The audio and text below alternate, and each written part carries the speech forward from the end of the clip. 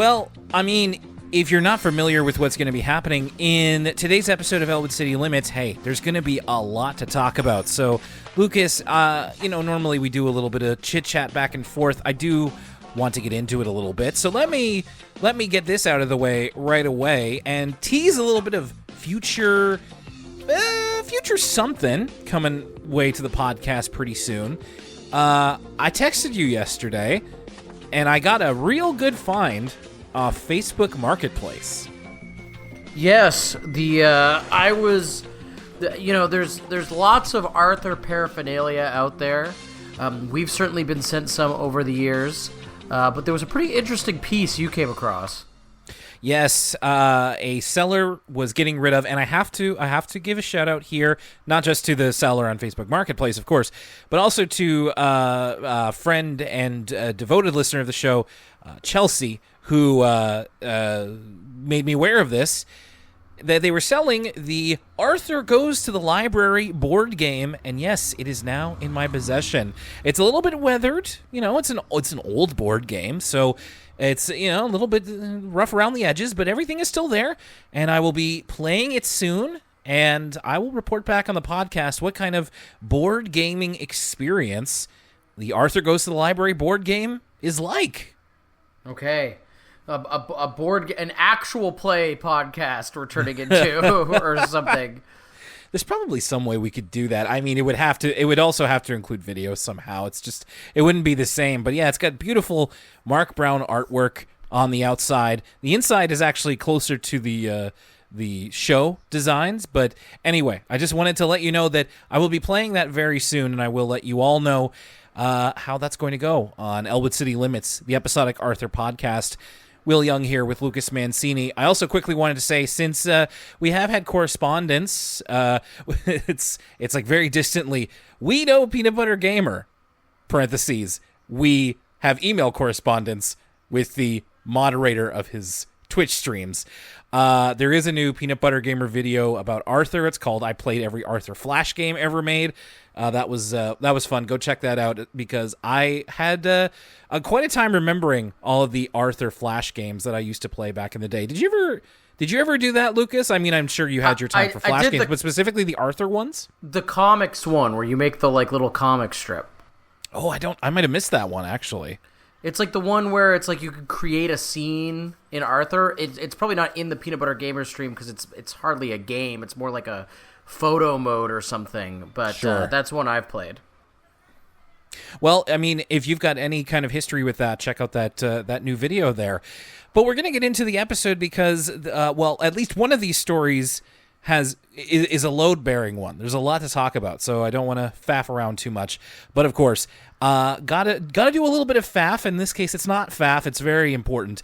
It has to do with our Patreon. Patreon.com/Elwood City Limits. Oh, by the way, if you want to send us emails, elwoodcitylimits@gmail.com. Please and thank you as usual. Over on the Patreon, Lucas, we recently had our latest episode of For the Kids, where you and I talked about Blue's Clues, and we had quite a fun time doing it. So if that sounds good to you, or if you're a patron and if you haven't listened yet, patreon.com/Elwood City Limits. Pay what you want and listen to the full episode. You can also get a preview of the episode on the free feed. Coming up in June, which is the month we're in right now, we are going to be moving on to Elwood City Limits Origins, ECL Origins, which normally we talk about a cartoon from our past, and we're going to do something a little different this time. Now, we're not going to reveal it yet. We're going to wait till the end of the episode before we reveal what the new ECL Origins is going to be, so you can get as excited as we are. And speaking of excited, I'm very excited, as always, to read a few of the names of people who support us over at Patreon, including people like Muppet Baby Cat and Rachel Pearson, Michelle Sprzinski, Valeria and Nicholas DeMarco, Kirsten and Emmy the Ghost, RG and Anthony Williams, Alex and Crimson Vision. Thank you to Marco and Purple Stars 2006. And thank you to our newest patron, Chris Tarr. Welcome, welcome. Again, patreon.com/Elwood City Limits. And I also wanted to get to the episode because, Lucas, you messaged me today when we were kind of getting all the logistics out for, what time are we going to record. And even just based on the thumbnail of this episode, you were instantly pulled in. And it's not. Yeah. It wasn't a thumbnail for the second half of the episode, as you might think. It was actually for this first story called Muffy Misses Out. Lucas, what got you so interested right off the bat? Right. Usually the thumbnails and these Arthur uploads on YouTube by TVO Kids are kind of one of the last vestiges of the old style of YouTube thumbnail, where it's simply a screen from the episode. We don't have a picture of a character from Arthur, mouth agape, a big red circle and a big arrow, some sort of horrible AI photoshopped monstrosity to kind of utilize the YouTube algorithm to get you to click. Instead, it's just a screen that you will be able to find in the episode. Except this week, something caught my eye. It was Muffy in front of the flag of Italy. And I said, okay, interesting. What are we getting into here? And then the episode's called Muffy Misses Out. So my curiosity was definitely piqued. There are a couple of things to be said about your homeland of Italy. So let's get into the episode. Whoa. Well, third generation homeland. It's not like I mean, I think it counts. I was not born there, but I appreciate but you giving me the rub, so to speak. Your ancestral home. Let's go with that. So yeah, this has to do with Italy because at the beginning of the episode here, Muffy is going to be going with Mr. Crosswire to Italy for a week. But this, she is excited, but that also means that she's going to miss out on a bake sale that's going to be happening to benefit the school theater to buy new curtains. And Muffy is part of the bake sale planning committee. And the idea as we go into this episode from the cold open is that Muffy almost literally sees her friends as like toddlers who are helpless without her. Her limousine pulls up to the school and the kids transform into toddler versions of themselves. They're very cute. And she's like, what are they going to do without me? Like, if Muffy wasn't here, Lucas, all of Lakewood Elementary would fall apart, apparently.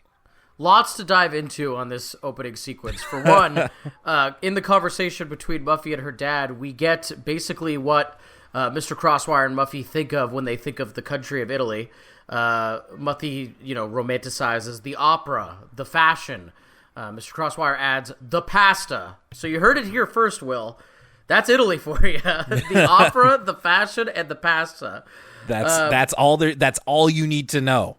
Secondly, rare, and this is kind of a rare case, 100% with Mr. Crosswire on this one. Who could care about the school bake sale? Like, who cares? Have you ever been to Italy, Will?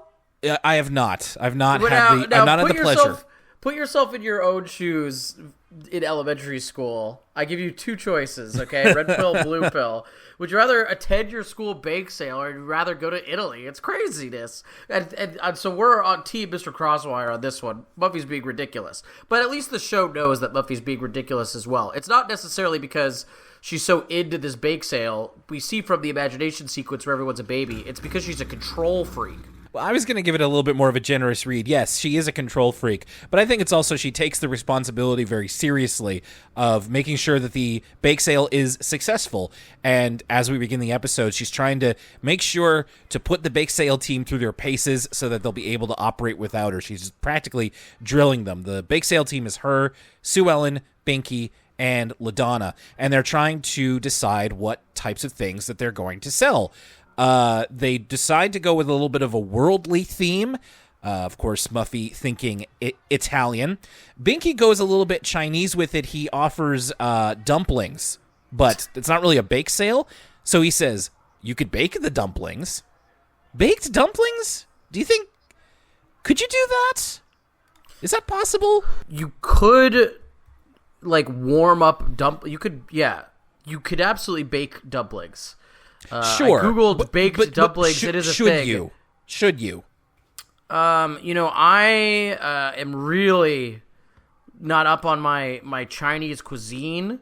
Some of these recipes, these Chinese baked dumplings from Cooking with Lei, seem pretty good. Okay. But I definitely are they sweet or savory? Oh, definitely sweet. Or savory. It's just dumplings baked in the oven as opposed to... we're not making them with cake mix here. No. Well, I mean, I guess you could. Muffy is just like, baked dumplings. Are you crazy? I'm like, well, I mean, that doesn't sound that weird unless I'm totally misunderstanding what a dumpling is. Well, here's the other thing is that... You just wouldn't have them at a bake sale. That's like... Bake sale doesn't mean... it's desserts. You can't bring tuna casserole to the bake sale. You can't, even though you bake it in an oven, right? So Biggie does not understand the assignment. No. And Muffy decides on something that is much more Italian, cannoli. Lucas, I have to be honest with you, and I'm not saying this with pride. I don't think I've had the opportunity to eat cannoli yet. Okay, well, so I have a lot of opinions about this, Will. Whoa. You might want to avoid that opportunity if you're doing it within the region we live in the HRM, the Halifax Regional Municipality. The cannolis here are no good, man. They're not good. Even places where I like the other food regardless, the cannolis are sub-satisfactory. The only good cannoli I've ever had in Halifax is during the Halifax Italian Festival at the Italian Club. Mm-hmm. Those are good. But, you go to some of the restaurants around here, and again, great dinner, but the cannolis disappoint. The better cannolis I've had in Canada have all been in, Little Italy and Montreal. The good cannolis I've had there. I had a great cannoli when I was in Philadelphia recently in their Italian community. I should hope so. I've always been disappointed. And you got to get... I'm a pretty stickler. I'm a pretty big stickler when it comes to cannolis. I don't like these experimental different flavors, that kind of stuff. Ricotta cheese, like a vanilla ricotta, and the cannoli crust. I don't like a chocolate cannoli. I don't like it, and God forbid something even crazier like a matcha or something like that. So, I've been thus disappointed by the cannolis in Halifax. I guess I'll keep that in mind. But when it's good. It's like the best thing ever. That's the dang shame, is that I am a cannoli lover, but it's so often not good around here. And another thing that Muffy is this goes to her saying that what would they do without her? Francine is having a bit of a problem because she's a bit upset that Catherine is likely going to be ditching her for a bowling hangout they're going to be doing on Saturday. So she asks Muffy for advice, and Muffy tells her to ignore Catherine, and then Catherine will see that and come back, and everything will be okay. Muffy says, "I have lots of older brother experience," and I was like, do you? Because she has Chip, right? But I don't know. This bothered me more than it should have. It's just that Chip Crosswire, barely a character, barely in the show, and now Muffy is like, oh yeah, I have tons of older brother experience. It's like, well, up until season whatever it was, I don't know. It was somewhere in the teens, 14 or something. You didn't have older brother experience because Chip didn't exist. Just such a waste of a character. It's the older brother experience happened off camera. Yeah, might as well not have happened, really. So Muffy goes off to Italy. She has a great time. We get a little montage of her and Mr. Crosswire going to all of the typical tourist places and doing the stuff that you would expect. Why did they do the Lady and the Tramp spaghetti spot, the two of them? That was... True. I didn't like that. I'll also say that... CinemaSins fact check time. Rome is never this empty. They're in some sort of alternate universe Vanilla Sky opening where the streets of Rome, first of all, have been artificially widened, and then second of all, have been completely devoid of tourists despite it being the summertime. Or I guess it's not the summertime because they're in school, but it's definitely the warm spring. Rome nowadays is it's like a theme park. It's like shoulder to shoulder people, shoulder to shoulder tourists, especially in the area that Muffy's snapping pics in front of the Colosseum. But obviously the highlight of this montage is the picture that's in the thumbnail, Muffy in front of the Italian flag, holding, again, a cannoli Lucas style, just with that ricotta cheese. There you go. So she has a great time over in Italy. She comes back home, and she sees that the bake sale was a great success, which she's initially happy about. But the problem is, it's a success because they didn't go with the idea that she had. Instead of going with Italian and cannolis, LaDonna had the idea to sell New Orleans beignets, which had turned out to be a big hit. As Buster says, it's like chewing a cloud. So they're selling beignets for $2. They make so much money, they hit their goal, and then some. They have a lot of overage, but Muffy is upset to the point of tears. She runs away because they didn't go with her idea, even though it was a great idea. I've also never had a beignet myself. No, I can't say I have either. Also, why is that one bully kid in the crowd in that scene wearing a crop top at school? Just thought that was a little weird. It's like the same model as one of the Meadow Croak kids, and they just have him wearing a crop top, and it's like, you would get sent home. Why are they Not letting nowadays. Not nowadays. Well, yeah. When was this? When did this episode come out? 6 years ago? Oh, yeah, Would've something been like that. 2018. I think crop tops are fair game at that point. Muffy goes on this vacation during a school week, so she doesn't have to do homework, but she does have to do a presentation on the Italian Renaissance, and she uses a lot of her vacation photos that she took. And the presentation, in light of what has happened to the bake sale, is very passive-aggressive to almost not even passive. It's just aggressive. There's a lot of subtweeting going on in this presentation. When she's talking about Galileo, she went to the Leaning Tower of Pisa, and Muffy says, the important thing is Galileo was right, and no one listened to him. No one! She's just absolutely had it with the bake sale kids. I did actually get a really good laugh out of this. One of Muffy's photos is her in front of Michelangelo's David. Like, her head is really close to the camera frame, so you see up to like the midsection of Michelangelo's David and then nothing else, and it's a funny way to obscure that. But I also noticed they didn't mention that statue by name. We saw Michelangelo's famous statue. It's like, okay, so they wanted to show her going to see David, but they didn't want to talk about the fact that by nature the statue has its penis out, and they didn't want to call it David so that kids wouldn't Google search it. I don't know. I just thought that was kind of funny. They should have just did the thing that cartoons always do, where they add a cheeky leaf. Yeah. Well, it's PBS. I suppose they can't be too careful. So I just thought it was kind of funny. Not only is Muffy upset at the bake sale team, but she's also upset that Francine didn't end up following her advice to ignore Catherine. In fact, she sat down with Catherine and talked about it, and they went to bowling and had a great time. So nobody listened to her.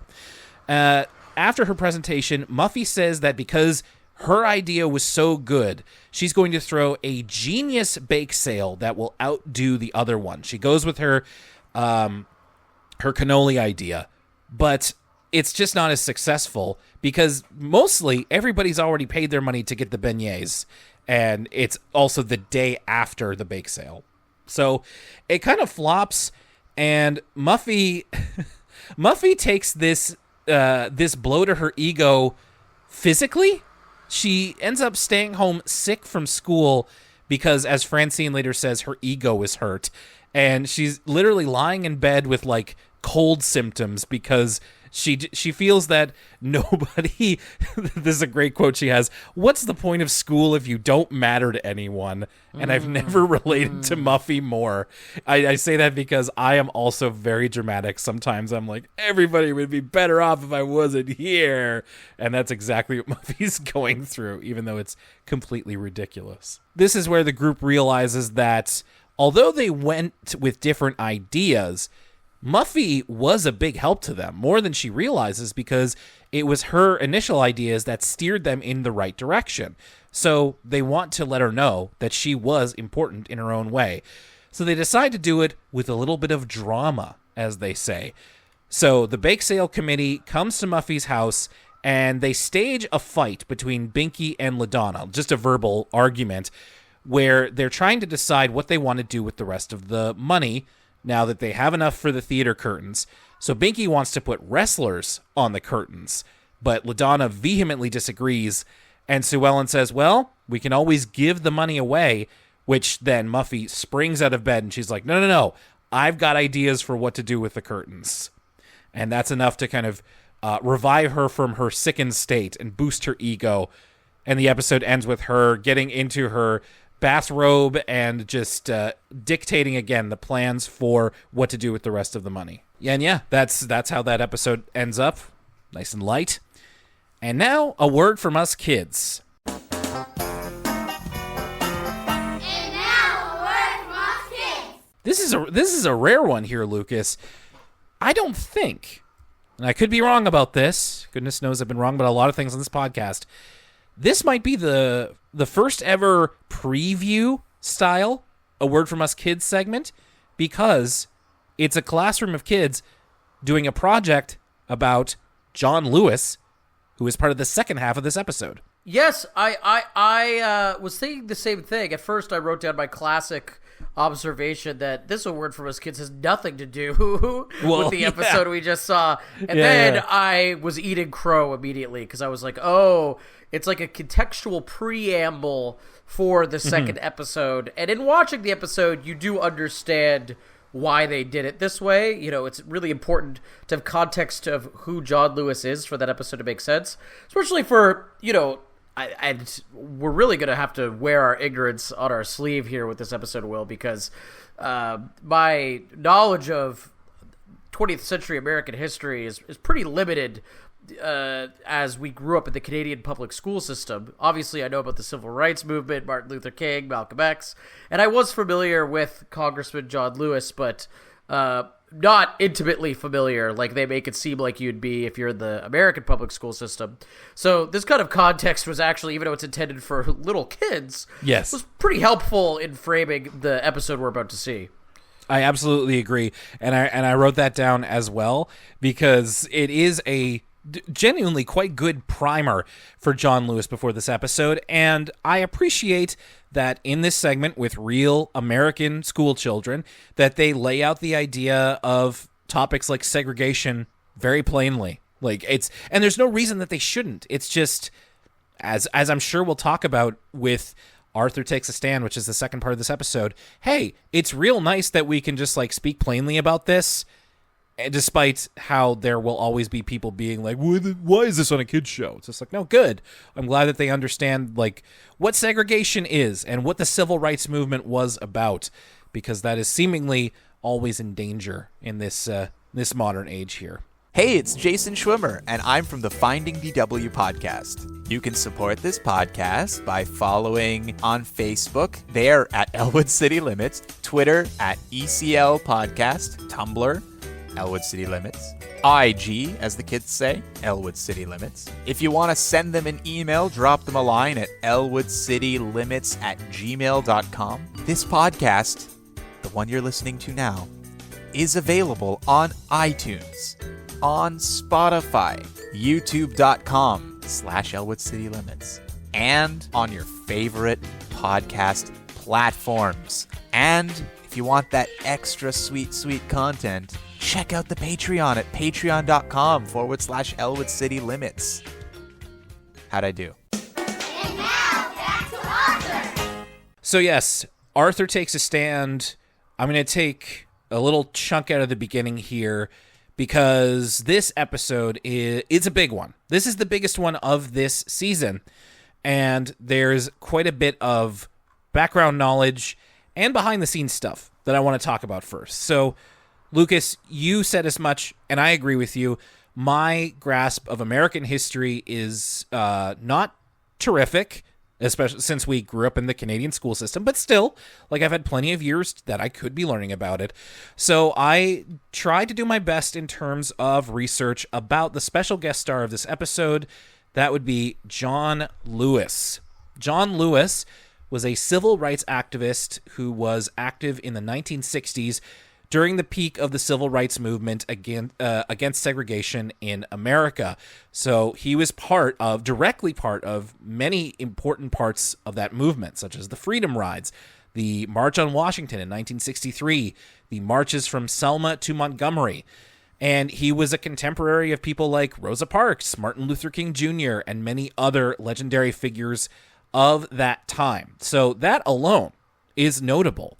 But then John Lewis was elected to the House of Representatives in 1986 as a Democrat, and he served 17 terms until he passed away just recently in 2020. Along the way, he received a lot of honorary degrees and awards, the Presidential Medal of Freedom. He also would hold an annual pilgrimage to Alabama to honor the 1965 March from Selma to Montgomery. We only have really so much time to talk about this, and we have a fairly limited and restricted view just based on our own backgrounds of really how much we even know about this. So I would recommend that you seek out more about John Lewis. There have been a few books written by and about him. He wrote a book in, I believe it was the early 90s, or perhaps late 80s. It's called Walking with the Wind, a memoir of the movement. There's another book about him called Across That Bridge.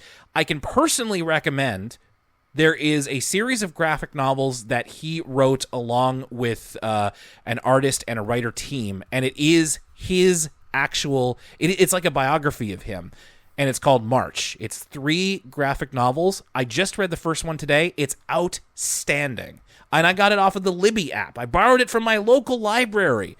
So the March graphic novels, 100% recommend. Definitely check it out. I can't wait to read the other 2.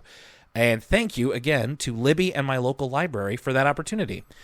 In short, John Lewis was a widely respected political leader and one of the big 6 of civil rights activists during the 1960s and around that time. Incredibly important figure in modern American history. So how did he get on Arthur? Well, there is a piece in the Los Angeles Times from a few years ago by Meredith Blake that I'm going to be heavily quoting from here. So thank you to her for publishing this about John Lewis's time on the show. The idea for Arthur Takes a Stand, and I'm quoting from the article here, dates back to 2017 when Mark Brown, the author of the book series and creator of the TV show, met Lewis at the National Press Club's Book Fair and Authors Night. This is a quote from Carol Greenwald, who's the executive producer of Arthur. It definitely is in line with all that we've done always on Arthur, which is to bring in diverse viewpoints and interesting guest stars and think about topics that a lot of other kids' series might not. This is a quote from Peter Hirsch, who is the writer of this episode and a longtime Arthur writer. We wanted to explore how a young kid can protest, which isn't about getting a petition signed and writing a letter to your congressperson. That's all good stuff, but not necessarily great TV. We thought it would be great for Arthur to identify an injustice that wasn't necessarily happening to him and to feel strongly enough to want to do something about it. So it was kind of hitting 2 things. 1, how to protest, and 2, empathy. So that's, I think, at least the basic skeleton of a background that I would want all of you to have before we talk about this episode. And certainly it continues to be very interesting to learn about the life of John Lewis and, by extension, the civil rights movement itself. I don't think this is ever something that you could learn enough about. I think there's always going to be very interesting things to do in terms of learning history and then comparing it to our modern context. So I'm grateful for this opportunity, once again, that Arthur has given me to learn. And thankfully, the episode that we're about to talk about was received fairly positively, although, of course, some critics, I use that derisively, as I hope you can tell. Detractors, yeah. Suggested that Arthur shouldn't tackle these kinds of issues. Man, where you been? Arthur has been tackling these kinds of... Arthur continues to tackle these kinds of issues. They did it directly, in fact, in 2020 with one of their digital shorts about racism, which I talked about with Cash and Wacky Deli in 2020. So check that out. It's in the back catalog, and that was directly inspired by their work by their working with John Lewis here. So, how exactly does John Lewis figure into this important episode? Well, it starts off with Miss Tingley, which I'm surprised. I continue to be surprised, even though she is the principal of the school, that we're continuing to kind of center her as that authority figure. Miss Tingley announces that John Lewis is going to be coming to Lakewood Elementary as a guest speaker the next week. She's doing these announcements while George is doing the incidental music on various instruments, and he has his hall monitor baseball hat on. This also comes along with the announcement that the cafeteria is going to be serving breakfast as well as lunch, to which Buster says, "My wish was granted." And it just so happens that Sue Ellen and LaDonna both know about who John Lewis is, because we gotta do the LaDonna's like, "John Lewis is coming," and Arthur's like, "Who's John Lewis?" It's not exactly natural, but we do got to do it. And they mention Lewis's graphic novel. It's like, I mean, obviously there's reason for this important context, but it reminds me of how on WWE Raw they're always talking about Becky Lynch's book. Oh yeah, they're like, best-selling author Becky Lynch. Yeah, I'm sure it's a real, I'm sure it's a real tome. I'm sure it's a real contribution to literature. Well, especially during the guest host era, it felt like every week they had Santino Marella coming in and be like, "Oh my God, it's my most favorite celebrity of all the times, Al Sharpton," or whoever it was that week. So this episode actually centers Mrs. McGrady once again, because Lakewood Elementary is going to be making breakfasts for kids. She is in charge of doing that as well. She has to get up early in the morning now and make breakfast for everybody, and it's like a really nice breakfast. Like, one of the things is oat scones, which interests me greatly. I didn't realize you could do that. I mean, yeah, just oat scones. Who knew? I just figured that you know an oat cake, but not an oat scone, eh? Yeah, I mean, I guess that just blew my mind and my mind alone. So I left a little room there in case we both wanted to talk about oat scones. Hey, if anybody wants to send me an oat scone, please do. Mrs. McGrady, this is a big job. I mean, she usually makes lunch for the kids. Now she's making breakfast and lunch. And she's visibly very, very tired. And Arthur is talking to her about it because he can see how tired she is. And she did submit a request for help to do it, to help do breakfast and lunch. But it was, I don't know, she's still waiting to hear from it. Arthur decides to talk to Miss Tingley about it after school. And he asks his friends to come with him. But most of them end up forgetting. Buster has like a dentist appointment and they can't do it. And Arthur has trouble standing up and being assertive, I suppose.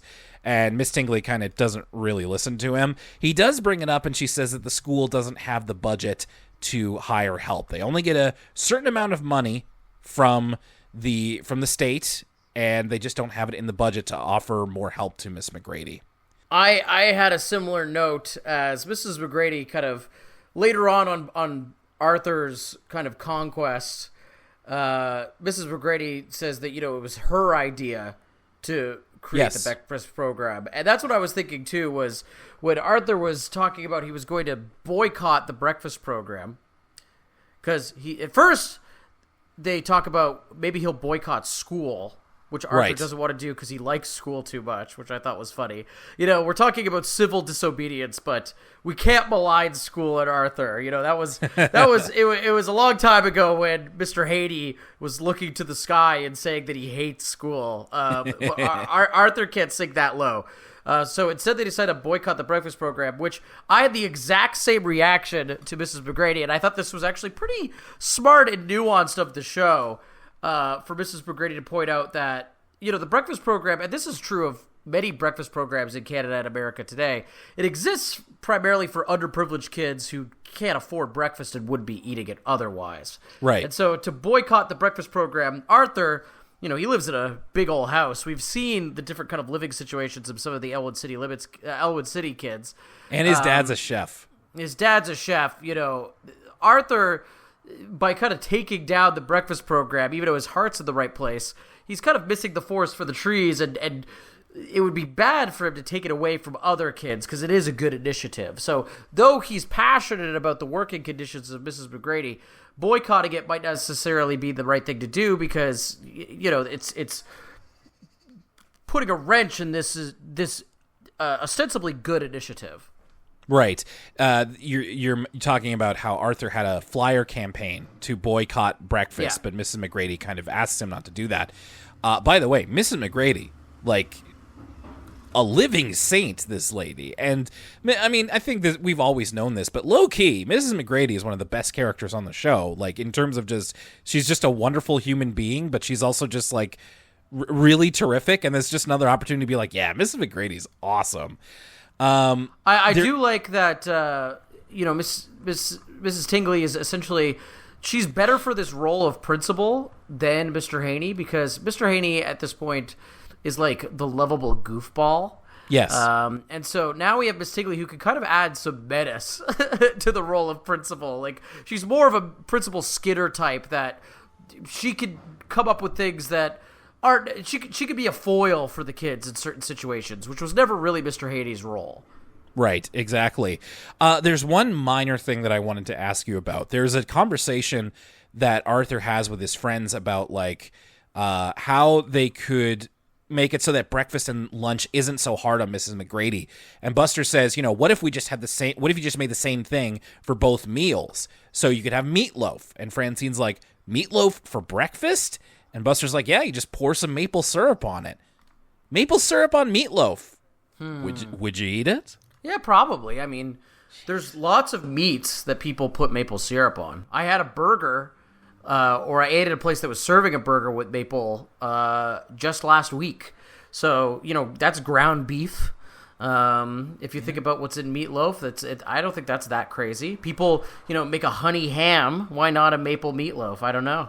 All right. Yeah. No, fair enough. In fact, I bet that, but I will say, I don't know if that necessarily makes it more breakfasty. I don't know if I follow Buster. That's a pretty heavy breakfast. You better be going to work in the coal mine or something. It's like one of those Southern breakfasts where they're having like the biscuits and the grits and all this stuff. And I'm like, wow, that's definitely not a breakfast to eat when you're going to go sit at the cubicle for 8 hours. Yeah, pair that with a light lunch, not also meatloaf. Arthur is really taking this to heart in terms of how much it's running Mrs. McGrady ragged. He imagines, because she says a couple of times, right now the best kind of help would be an octopus so that I could have 8 more arms to help me in the kitchen. So Arthur has this imagination that they're going to push this so far that the cafeteria will then be open 24 hours. And not only that, Mrs. McGrady gets an unruly octopus as an assistant that's just throwing dishes and causing chaos. With the cafeteria being open 24 hours, Arthur is also assuming that like all of his friends are going to turn into like horribly demanding little monsters that are like, my steak is cooked too long. There's one thing where Buster guzzles a bottle of syrup in one go and then just goes, I need more syrup. Yeah, I wrote that down Arthur too. doesn't think highly of his friends. More syrup! I need more syrup! Yeah, this is probably my highlight of the episode. I love a good nightmare sequence in Arthur, and this is a real kind of, the pacing of this sequence is so kind of pulse-pounding, chaotic. The way they frame this stuff, like, there's a lot of like Dutch angles. The camera is always askew, or it's like below the action, where everything's got this like sinister edge to it. And Mrs. McGrady's pupils are really small. She's like terrified. Yeah. This was making me laugh. Though I will have to say, if I don't say it, someone's going to say it to the Discord. Animal hierarchy. Are there no octopi in Arthur that are just like regular people? I guess no sea creatures are anthropomorphized in Arthur. There's been episodes before where DW's scared of squid, and we've had nightmares about squid people. Arthur on that bus that's run by squid people, but we never really see animals that are funny animals that are kind of sea dwellers. So I was like, Yeah. because octopi, they're pretty smart, right? There was that whole documentary where that guy's best friend was an octopus or something. So Oh, yeah, probably right. smarter than an anteater. Yeah, no, that's the leap that like BoJack Horseman would take that Arthur wouldn't, where like every single animal is on the table in BoJack. Sea creatures in Arthur very much stay in the sea, as far as I can tell. So Arthur is having this nightmare. He's asleep in the library. He's just having trouble sleeping because he's wants to do something, but he's just not really sure if it's even worth it to try. And wouldn't you know it, it just so happens that sitting at the same table as him in the library is Congressman John Lewis, who Arthur just doesn't recognize, doesn't know him. And he gives Arthur just a very measured response when Arthur talks to him about it, just suggesting that he not give up and try to find a way to help. I do have a note here, a couple of notes here. So first of all, John Lewis, unfortunately, passed away in 2020, which was a couple of years after this aired. Given the production schedule for season 21 and season 20 before it, he probably would have been around 75 when he was recording his dialogue. And I also liked this. This was an anecdote that they told that John Lewis not only gave the show writers notes on his personal backstory, clear up rumors and that sort of thing, but he also suggested that his character model look less cuddly than the original character models they made because he wanted it to represent how he looks in real life. So we talked about this before. A lot of times when they represent real people on Arthur, they're very, they go with the typical, like, I guess he's a bear something or whatever, but they don't often do, like, caricature, I suppose. So like, they get pretty close with a lot of the celebrities they draw, sometimes a bit too close. Like some of the shots that they do of, like, Matt Damon's face in that episode are, like, a little too realistic looking, but for he looks like he got his buccal fat removed. Yeah. And John Lewis very much looks as similar to his real life version as I think somebody realistically can, while still being, like, cartoony enough, I guess. What did you think of the way he looks, and also his delivery? Like, I think he did pretty well. We've not thankfully, but we've had examples of non-actors in Arthur who sound like non-actors. Yeah. And I don't think John Lewis would have thought he was an actor either. I think he did fine. Yeah, I mean, it helps that his voice is really distinct. Yes. And speaking of distinct, it helps that I like that tidbit, Will, that he asked the animators to make him look a little bit older, more reflective of what he looks like today, because that's the problem with the celebrity guests is they all either have cat ears or bear ears, and then their visage is pretty forgettable outside of that.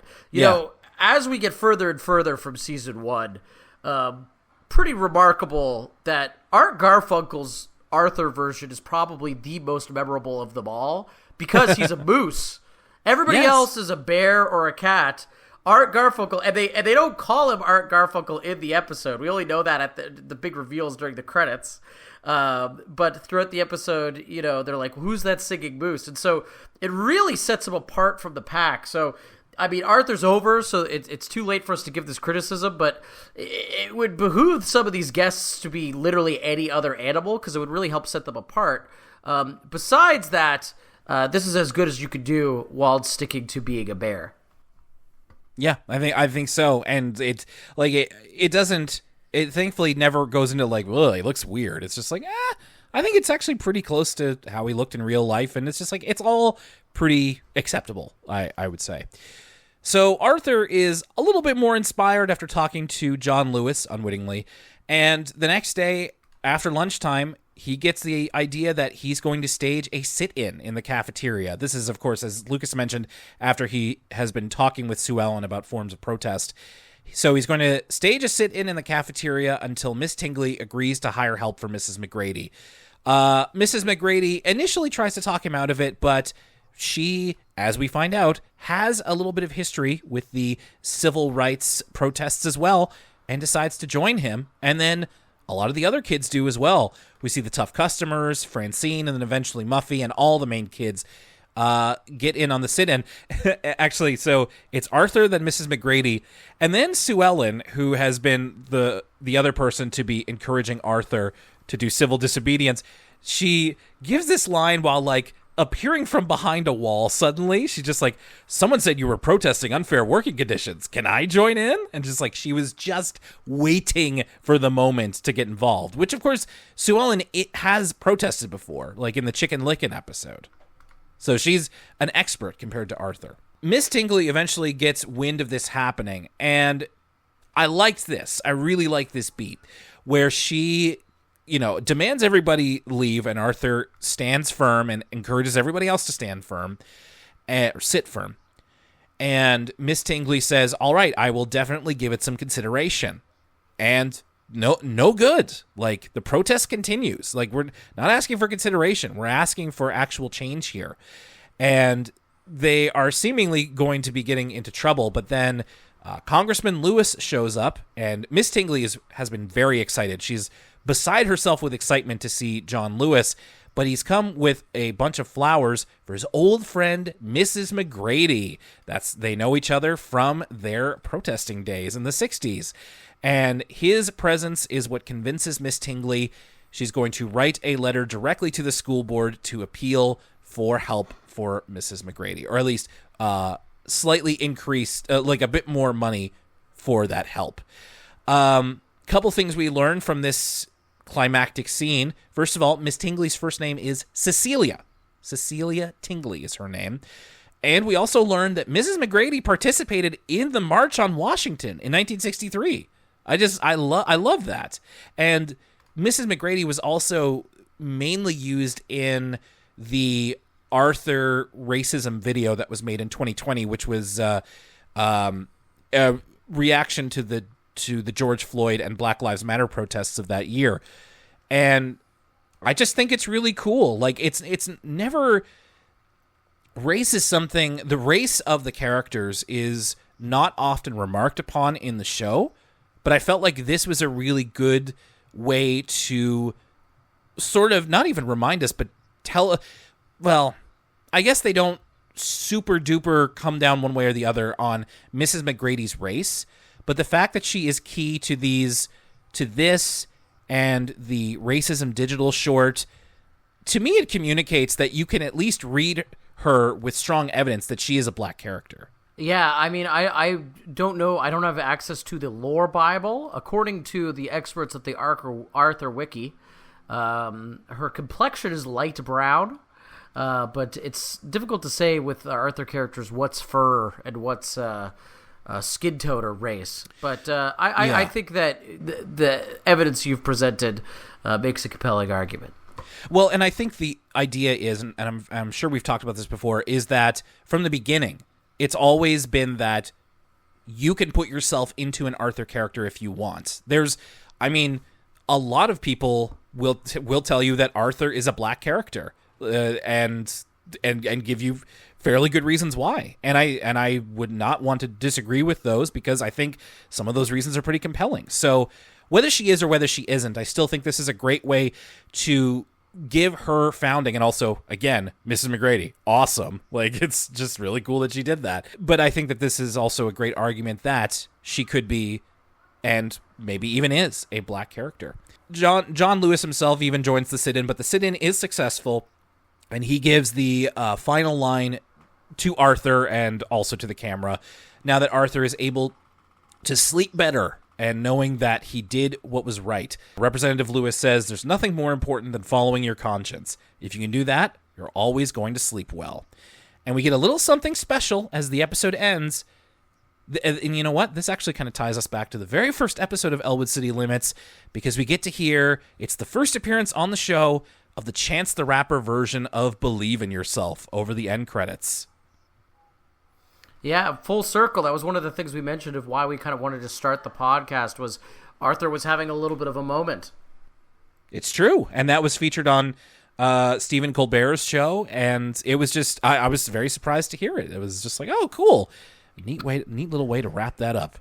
It's funny to talk about both of these stories next to each other. the story about Muffy going to Italy, and then the one with Congressman John Lewis is just like a little bit of different vibes going on here. But I'm definitely interested to hear what you have to say, Lucas, when it comes with both of these. But when it comes to Muffy Misses Out, what did you think, and did it do right by your the land of your ancestors? Yeah, so, I mean, it is kind of done a disservice, I think, being paired with this episode, because it feels a lot less eventful in comparison.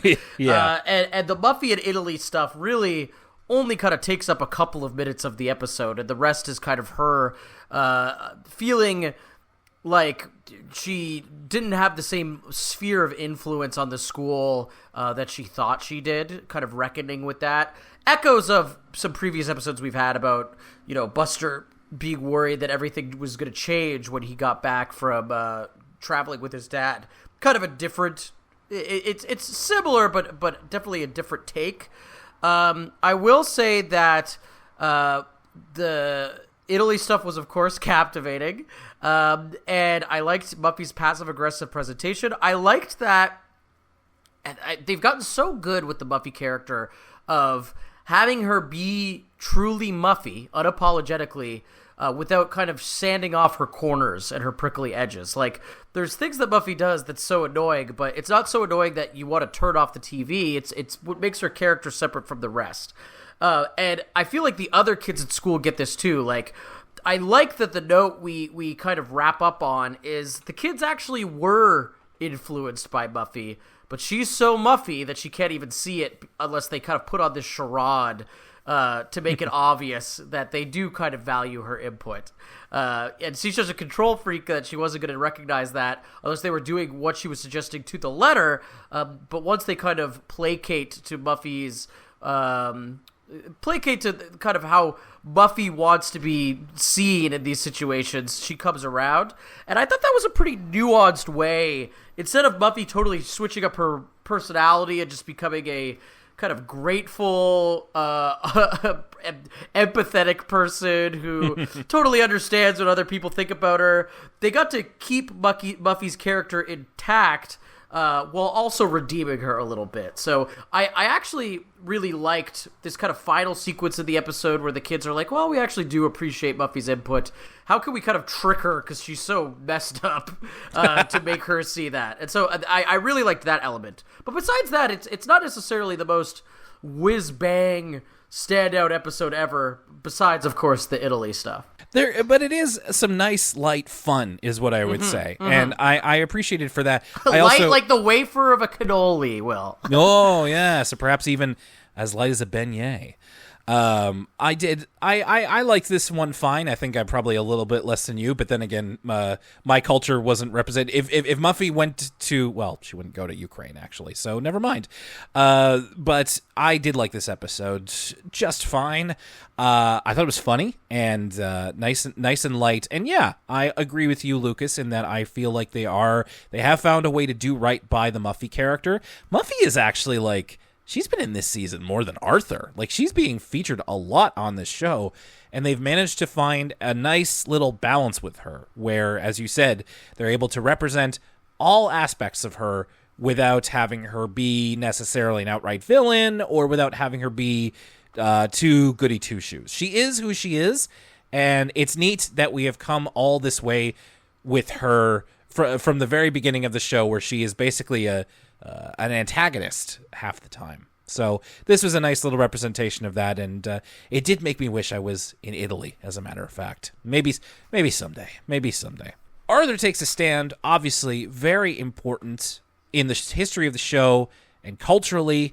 As I said, the episode was received very well. If you're in America, like, it's available free on the PBS Kids website. They make it available as much as possible, and it's also important after the death of Congressman Lewis in 2020. And it's a really cool way to introduce this kind of thing to Arthur. Like, it's... sometimes with these episodes that have this kind of build up as like, oh, it has this special guest star in it, or it's the one that tackles this issue. You're like, okay, well, maybe it does an okay job of that, but like, how is it to watch as an episode? like, I thought this episode was good. It's definitely going to hang with the better episodes so far of the season at the end. But I just really appreciate what it was doing, introducing the idea of, like, protesting with kids. And this is something that is going to, I mean, you think about what's happening this year, I wonder how many kids watched this episode of Arthur in 2017 and maybe it stuck with them, or at least formed part of their understanding of what it means to protest, what it means to seek justice. And in a scenario that they didn't really have to, like, cook up too much. They didn't have to invent a new character or, like, make somebody care about something that we've never heard them care about before. It's like, it's really easy to get behind a cause when you have a face like Mrs. McGrady, who, as I said, is basically like a saint of a woman. And we've already established in the show as being very important to the kids. So I think this was a great way to do it. You mentioned before, and I agree with you, they managed to thread the needle where they're not saying, like, hey, don't go to school, protest school, but there is a way that you could do it that is effective.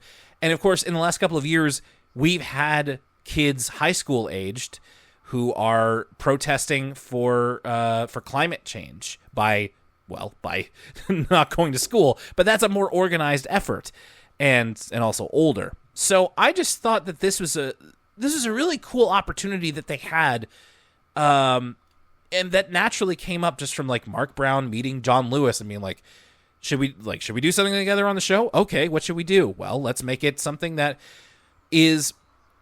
relates back to the guest star in a way that feels a lot more natural than, like, I don't know, Matt Damon showing up or Frank Gehry, or, like, no disrespect to them, but it's just like, well, we have to kind of invent a reason. It's like this feels true to what Arthur can do at its best. As I always say, it can present an issue or a fact of life to kids in a way that doesn't talk down to them, but also is appropriate for their age. And I just thought that they really knocked it out of the park with this one. So on the messaging, very good. On the episode itself, like, also good. So I'm very happy with how this came across. I agree with everything you said, Will.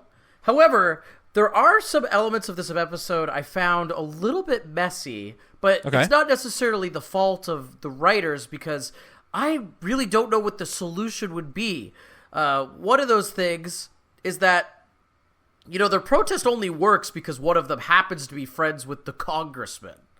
True. And if we try to think about how this would realistically go, I don't know if the school board could just allocate more money to hire another person for the lunch program. Yeah. One of the things, teachers' unions are ones that are apt to go on strike, and one of the things that they commonly are going on strike for is better working conditions. And I think about, if this was going to happen in real life and the kids staged a walkout to help out their teachers with their working conditions, I don't know if it would actually do that much. Yeah. Now, that's me being nihilistic, and this episode's trying to put forth a little bit more of an optimistic view and kind of trying to introduce the concept of civil disobedience and kind of engagement with due process, and trying to compel those in power to meet your needs and worldview, which is all positive things.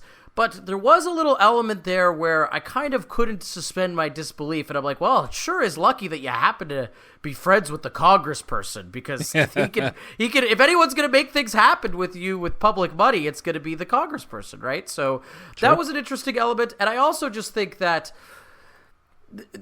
there, and I really want to choose my words carefully here. But take your time. Yeah. The John Lewis was, speaking out against segregation and Jim Crow laws and, these really repressive situations African Americans found themselves in the 1960s. And I know that it's similar to that episode they did that's supposedly the 9/11 episode, where the school burns down, and it's like, okay, we can't make an episode about 9/11, so we're going to make an episode about that. But I was like, this is a little bit apples to oranges in terms of, we're talking about the use of protest to change society for the better.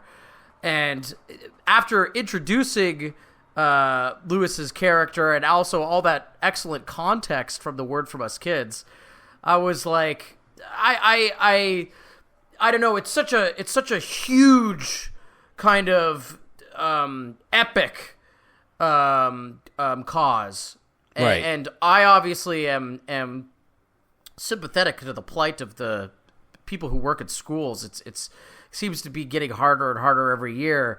But I was like, this is kind of a weird comparison with the civil rights movement.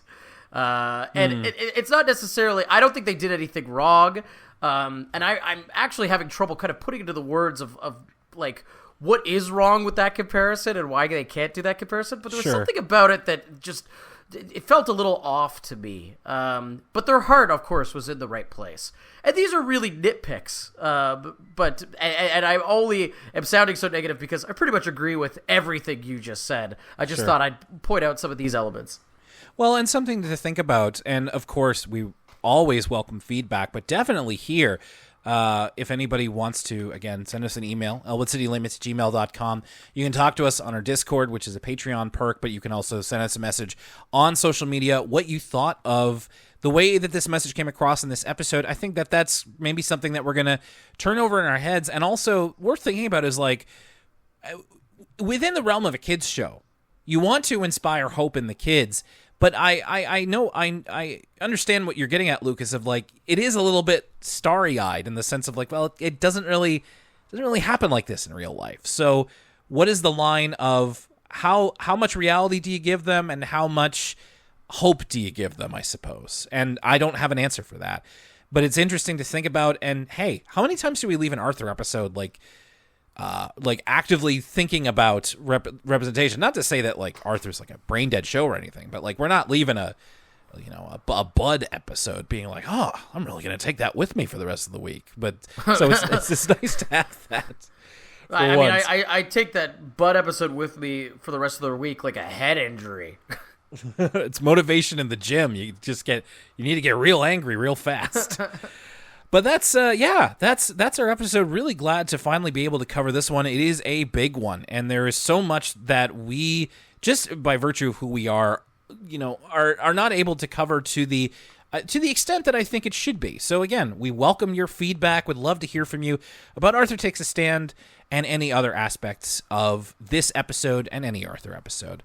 But thank you very much for listening to Elwood City Limits. Now I'm very pleased to announce, so our June Patreon podcast is going to be ECL Origins, which, as I said at the top, is normally something that we talk about that's from our childhood, but we are going into present day for this one. And we're going with something that, as you said, Lucas, it's kind of our Monday morning tradition in a way, because some hero, and I don't mean to blow up their spot here, I don't even really know who it is, but some hero has been uploading episodes of this show fully onto Twitter, and I DM you Monday morning when it shows up on my For You, and I watch it the first thing, and I have myself a great start to the week. It's something that has captured the imaginations of both you and I, and a fair amount of people in our Discord as well. So patrons, get ready. Lucas and I are going to be talking about Smiling Friends. That's right. We've looked into the past. We are not physically capable of looking to the future, but we are, for the first time, going to be talking about the present. Because this is a show, we talk about animation week in and week out, Will. This is a show that's really captured our imaginations and the Discord's imaginations in a way that no other contemporary show really has. And so I thought that we only have so many of these For the Kids or ECL Origins left. I thought that this one earned its spot, and we could really have a good conversation about it. There's so much that I'm looking forward to talking about with regards to that show, so I gotta keep it in because it's going to be on Patreon at the end of June, and of course you'll be hearing a free preview of it as well. But we're going to be talking about Smiling Friends. We'll have to pick a good episode too. And as the season is still airing, I think it might even still be airing when that episode comes up, or it will have just freshly finished, something along those lines. So it will actually be quite timely. And next time on Elwood City Limits, speaking of excited, Lucas, check out the titles of the next 2 Arthur stories in the next episode. We're going to be talking about Slink's special talent, and Take a Hike Molly. It's a tough customer double bill, baby. Here we go. The tough customers are back, and with a vengeance. Yes, I can't wait. Oh my goodness, I'm so excited for what's going to be happening in June on Elwood City Limits. So sweat it out with us as spring turns to summer, and we're going to give you some great podcasts. Very much looking forward to our discussions on Smiling Friends and the return of the tough customers here on Elwood City Limits. Again, thank you so much for listening. My name's Will Young, and for Lucas Mancini. Now, I'd only turn myself into an octopus. We'd all be set. We'll see you next time.